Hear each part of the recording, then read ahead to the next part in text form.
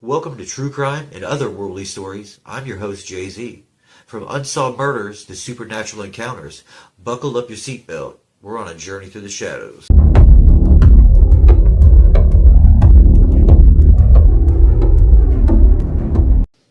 At around 9 p.m. on March 3rd, 2022, a 31-year-old woman named Corey Richens tucked her three young sons into their beds and then headed downstairs to her kitchen inside of her luxurious home in suburban Utah. Once she got down to the kitchen, she yelled out for her husband, whose name was Eric, to come join her in the kitchen. Corey had some big news that she had just learned that day, and now that their kids were all asleep, they were going to have a drink. She was going to celebrate this great news and share a drink together. A moment later, Eric walked into the kitchen, and Corey grinned at him and handed him his drink, and then gestured for them to go upstairs to the bedroom. And so the two of them went upstairs, they sat down on the bed, and then Corey broke the big news. Corey's tiny real estate company had just found out that day that they were very likely going to close on a deal for this gorgeous 20,000 square foot mansion in Utah for $2 million. Now, Corey knew that when she bought this property, she could do a couple of renovations to it and then quickly sell it for $3 million, meaning she was about to make a $1 million profit on this property. Corey had been working really hard on a real estate business for years, but this really represented a first big break. She and Eric lived in a very conservative part of Utah, where it was kind of expected that someone like Corey would stay at home with the kids and be a good housewife, and that would be her life. But Corey didn't really want that. She wanted to have a professional career that was kind of on par with her husband's. Eric ran a very successful masonry company that allowed the family to take vacations to Mexico, Spain, all around the world, and to afford their sprawling property at the end of a cul-de-sac. Corey had stayed home when the three boys were much younger, but now that they were 5, 7, and 9, they had decided to hire a nanny, which had allowed Corey to finally go out and pursue her professional dreams. So totally beaming with pride, Corey sat there on the bed and clanked her husband's glass and went over all the details of this deal and talked about how great their lives were about to become with all this additional income. But fairly quickly, both of them decided they were too tired to stay up and celebrate. So they, especially Eric, he had earlier that day gotten an allergy shot, and it totally just knocked him out. He was tired, weak, just exhausted. So they both decided just to go to bed. So after brushing their teeth and changing, they got into their bed, turned off the light, and they were about to lay down and go to sleep when they heard their 7-year-old crying in his bedroom. Both parents let out a groan. Then Corey, she stood up, indicating she would handle it. They knew often their 7-year-old had nightmares, and the only way he could go back to sleep is if Corey laid with him, and kissed him. Eric rolled over to go to bed. Corey walked out of the bedroom, went down the hall, went into her son's bedroom, got under the covers, and before long, she was fast asleep. A few hours later, Corey suddenly sat up inside of her son's bedroom. It was about 3 a.m., and for a second, she couldn't even figure out where she was. The house was silent, totally dark. She was confused, but then she remembered she had gotten up to take care of her son. And so she checked on her son again. He was still asleep. So she climbed out of the bed. She tucked him back in. She gave him a kiss. And then she left his room and went back down the hall to her bedroom, where she climbed into her bed, and she saw that Eric kicked off all the covers, and he was sleeping on his back. So Corey lay down next to him and kind of rolled up next to him, pulled up the covers, and then she closed her eyes to go to sleep. But right as she did that, she noticed something very strange.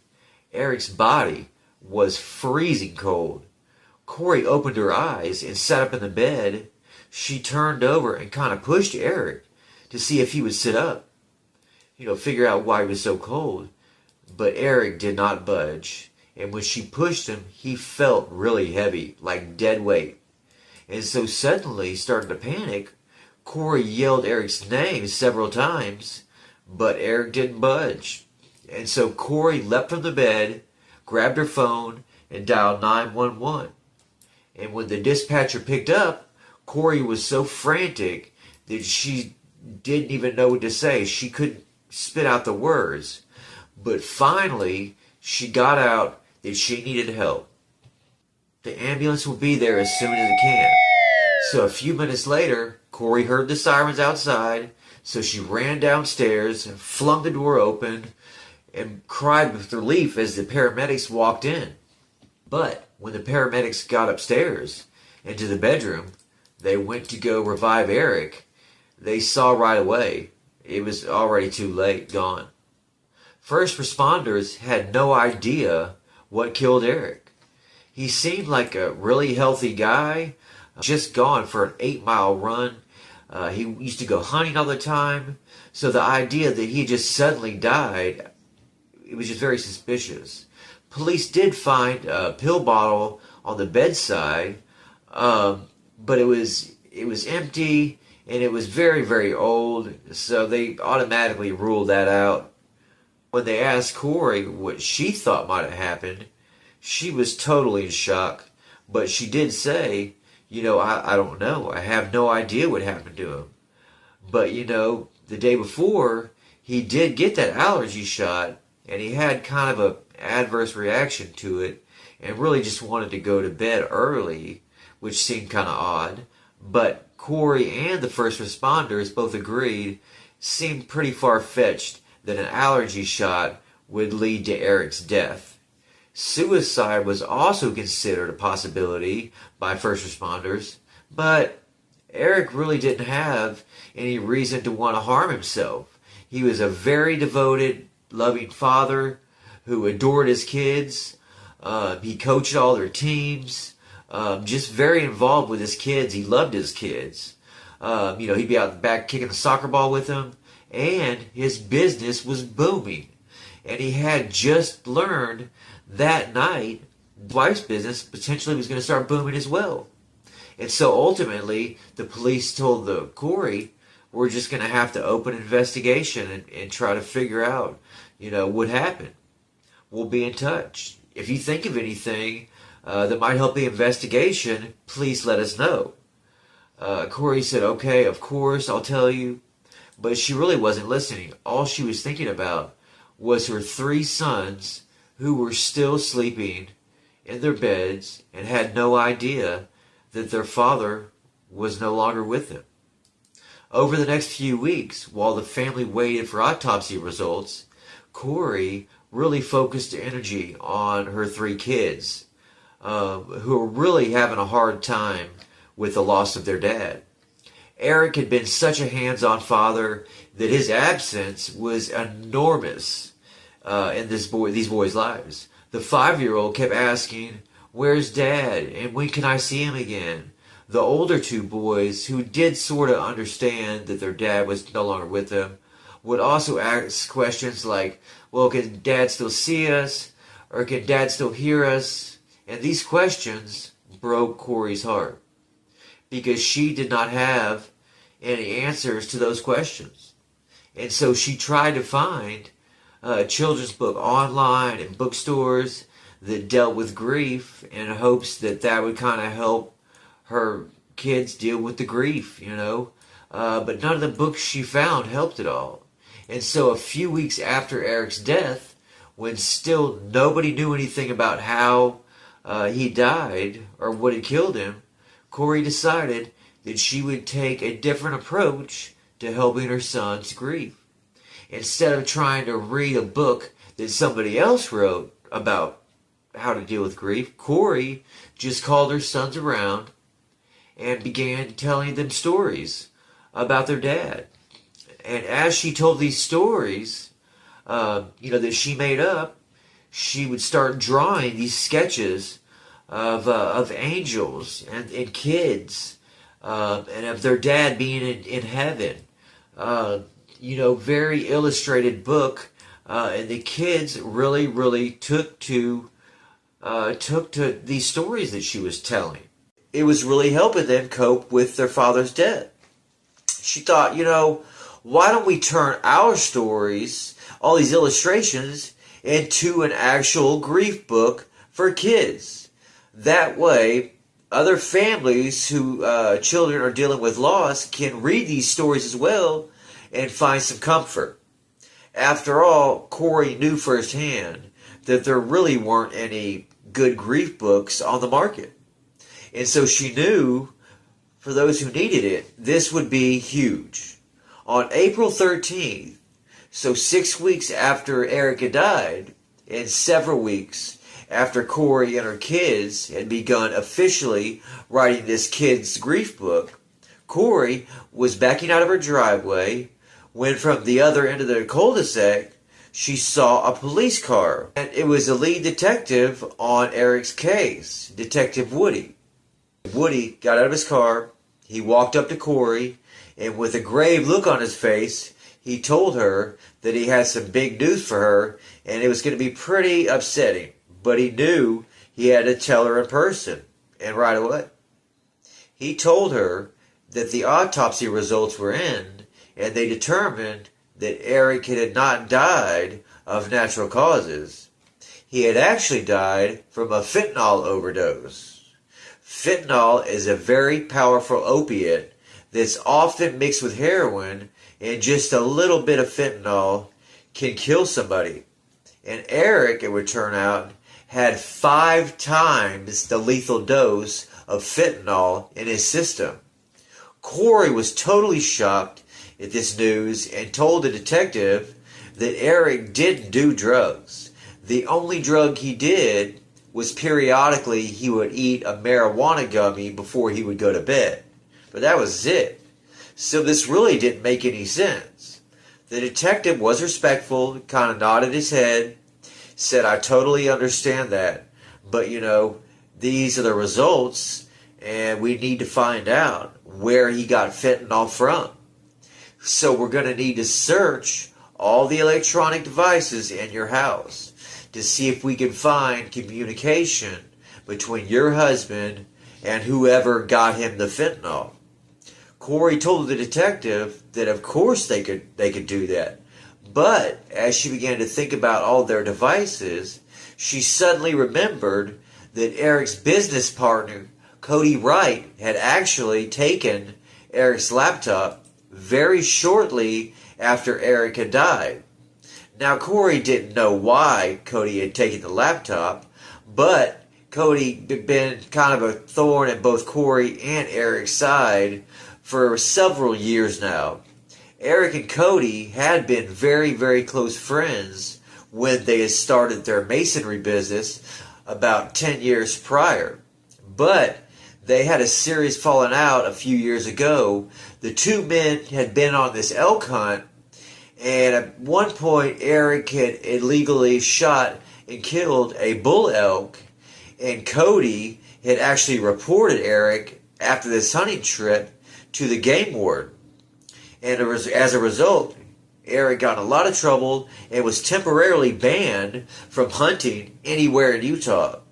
The two men still managed to continue their business, and build it, but their friendship had been fractured.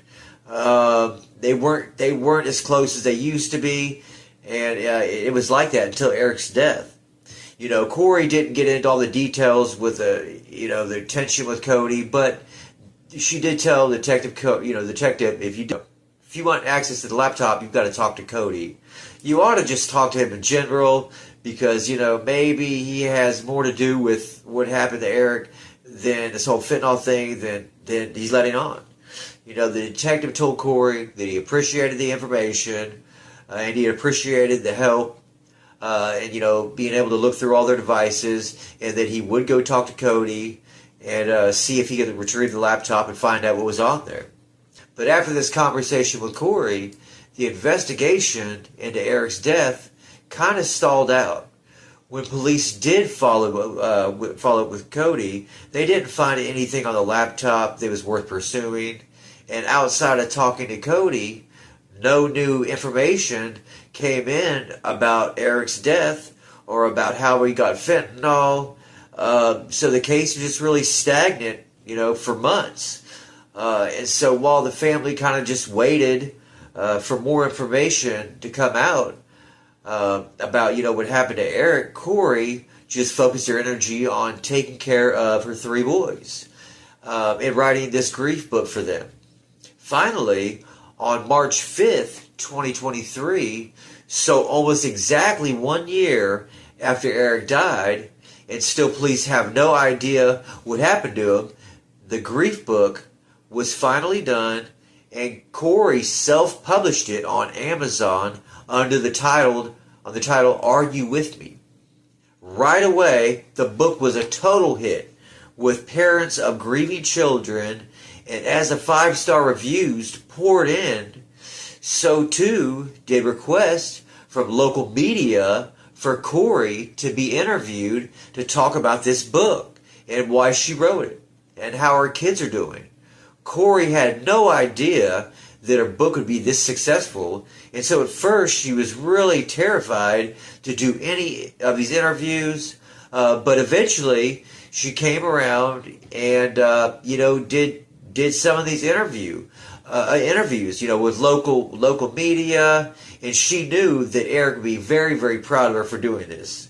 However, what Corey didn't know was there was going to be a very, very, very unintended consequence of publishing this book. Ever since Eric was found dead in 2022, the police in Utah began painstakingly searching all of the electronic devices, and eventually several people who kept seeing all this news about Eric's unsolved murder or unsolved death reached out to police and said, you know what? He did not overdose on fentanyl. He was murdered. And I'm almost positive I know who did it. Lo and behold, the alleged killer that all these people brought up to the police was none other than Corey Richards. On May 8th, 2023, not long after getting all these tips about this alleged killer, the police in Utah felt like they finally had enough evidence to go after this person, and they headed out to make an arrest. While we don't know for sure what happened, because again, this story is still ongoing. It's not even gone to trial yet. Here's what prosecutors say what really happened to Eric Richards on March 3rd, 2022, the night he died. That night, Eric was upstairs when he heard Corey down in the kitchen calling for him, saying for him to come down and join her. So he went downstairs, went to the kitchen, and immediately he saw his wife grinning ear to ear, and she promptly handed him a drink and said, I have big news, and we're going to celebrate. And after the two of them went to their bedroom, Corey told Eric all about this big real estate deal and how their company was about to blow up, make $1 million on it. And after that, they clinked their glasses together, said cheers, and took a sip of the drink. The drink that Corey made for both of them was called a Moscow Mule. It's made with ginger beer, vodka, and lime. But when Corey mixed Eric's drink, put another ingredient in it, a lethal dose of fentanyl. It would turn out Corey had been stealing money from Eric's bank account, and he had found out about it. Also found out that Corey had been taking out these massive loans in their family's name, which Eric was livid about. In fact, Eric was so mad that he had been taught a divorce lawyer and making sure after the could not touch his money. But perhaps sensing that a divorce was imminent and the money faucet would be turned off, Corey simply took out a $2 million policy on him and killed him. And in order to help her sons deal with the loss of their father, who she killed, she wrote a grief book about it and sold it for a profit. Police say Corey had been working for weeks to figure out the right fentanyl dose to give to Eric. On Valentine's Day of that year, Corey had given a sandwich poisoned with fentanyl, and it also had a love note attached to. But it obviously didn't kill Eric. He just broke out in hives. So Corey got a stronger dose of fentanyl, put it in his drink on March 3rd, and this time it worked. The story that first responders was that they had a celebratory drink, they went to bed, see their son, and then when she came back at 3 a.m., Eric was cold to the touch, and she called 911. But in reality, after she poisoned her husband, and he's laying there still on the bed, slowly dying from this fentanyl, she just got up and paced around the house for several hours, Googling things like how to destroy electronic evidence and luxury prisons for criminals. These searches were, of course, the highly unusual and suspicious things that the police saw when they looked through the electronic devices that Corey had given them. But as much as it made them think Corey likely had something to do with it, they just didn't have any evidence to arrest her. However, after Corey published her grief book and went on these big interviews promoting her grief book, Eric's family, who's watching this happen on TV, couldn't believe it. They were just disgusted because they secretly believed that Corey had killed Eric the whole time. They didn't like Corey to begin with, and it just felt like she did this, and now she's profiting on Eric's death. And so family members began reaching out to police in Utah, and they said, "You really need to look into Corey. We think she killed Eric. This whole grief book thing is a joke. She's a killer." Ultimately, it was those calls from Eric's family to the police on May 8th, 2023. Corey, who denies any wrongdoing and says she did not kill her husband, is currently charged with aggravated murder, which could lead to the death penalty if she's convicted in Utah. She's been being held without bail in Utah, and her book, Are You With Me?, is no longer being sold on Amazon. Thanks for watching. I'm Jay-Z, your guide through the darkness. If you hunger more mysteries and otherworldly stories, go ahead and hit that like, subscribe, and let us know your thoughts in the comments below.